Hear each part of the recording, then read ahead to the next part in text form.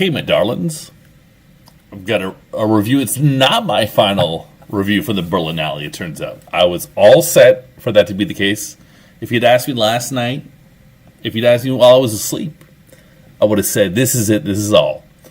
However, I don't know if you can see my tabs. I have another screener here, which I just received this morning, and which I started. I watched like half an hour of it. I'm not going to say what it is. I'm going to make it a little surprise.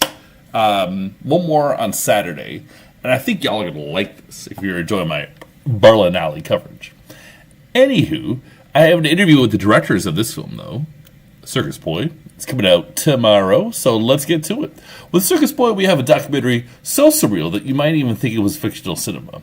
We get the story of carnival people, circus people. Call them what you want, but they're rock solid. Our main subject is 11 years old, and the main supporting actor is over 80 years old. A true German carny. They're pals, and they've got things to show us, the outsider world, whom they need to buy a ticket to keep their thing going.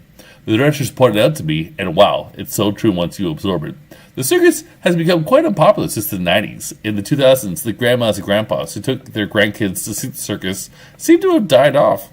I remember actually going once with my dad and being kind of horrified by the clowns. The vibe was not appreciated by 90s kid me, and never did I ever ask my dad to take me back in the 2000s.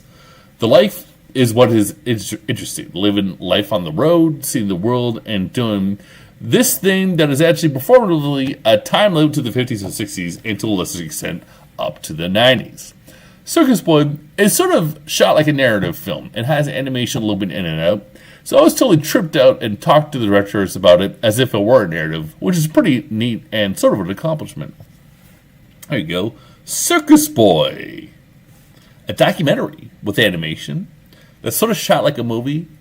It's sort of so wild that it feels like a narrative film. Anyways, I hope you enjoy listening to me talk about Circusboy. I hope you like this review. And heck, I hope you check out my interview with the directors coming out tomorrow. That's it for me. Peace, y'all.